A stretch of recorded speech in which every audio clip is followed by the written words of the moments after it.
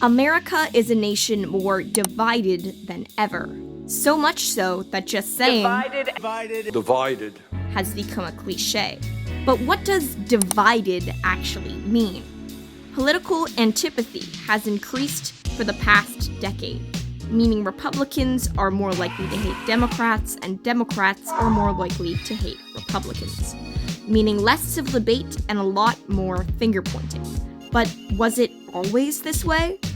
As the nation's 250th anniversary approaches, it's time to take a look at the document that started it all, and what it can tell us about division. I'm Jessie Kratz, historian of the National Archives, based here in Washington, D.C. All right, what caused the American people to become so passionate about their independence? Okay, first of all, not every American actually supported the Declaration of Independence. There were several colonists that were supportive of the Crown still, and many colonists also just were neutral. But the colonists that were passionate about it, it was really a long process. They had to go through decades of what they saw as oppression and tyranny before they came to terms with the fact that they could no longer maintain a relationship with Great Britain, and decided that independence really was the only option for them.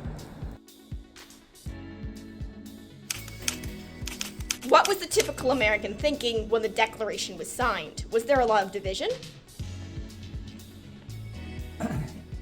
It's hard to say definitively, but there were definite,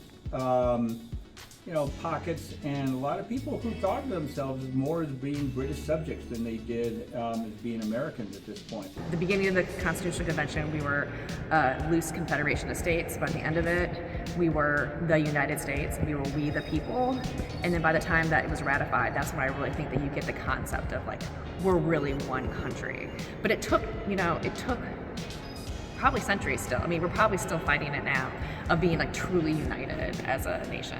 So one of the reasons we put the Declaration of Independence, the Constitution, and the Bill of Rights on permanent display at the National Archives is because we want people to come see the foundational documents and learn about their rights and responsibilities as citizens. The period of time that we're looking at, the American Revolution, the idea of rights was very important to the colonists, and it still resonates today. So if you don't know your rights, you don't know what you have to lose, or the idea of know your rights is very important. But also, if you look at the Declaration, it goes one step further. It even says, we have the right, but we have the duty to overthrow an oppressive government. But even during the war, there were those who supported England and were not really down with independence.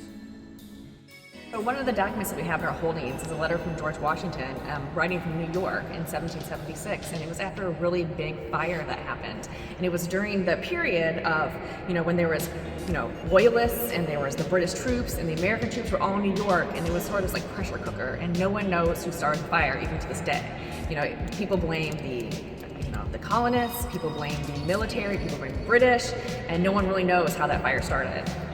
If you look at the Declaration, there's a huge list of grievances. There's 27 grievances against the king. These were all part of the daily life, so they were inspired by their own lives, really. It's also, in a way, a PR document. It was, 2/3 of it, most of it is a listing of all the things that they felt that the King of England had done to abuse their rights. So this was sort of by way of trying to convince people that there was justification for becoming an independent nation. But ultimately, the majority of the people were able to come together for a shared common purpose. They all realized that they were being oppressed. They felt like they had a tyrannical government in charge of them, and they had no say. And they all came together and said, well, for the greater good of our country, that we should put aside our differences and fight for our independence. Many see the founding of America as a unifying moment, where everyone came together for the common goal of democracy. But the reality was much different. There was just as much chaos and dissent in the colonies as there is today, if not much, much more. It's clear many colonists supported the crown and were willing to fight for it. And the same was true for the revolutionaries. But despite this, civil discourse became the lifeblood of the most expansive constitutional democracy in history, thanks in part to the clear expression of grievances in the Declaration and the cultural zeitgeist of open debate that would follow. It's time we learn from our founders and make clear our grievances so we can work together to combat division and make a more united nation. Doing our best to adhere to truth rather than any leader and take a stand with our voices against tyranny.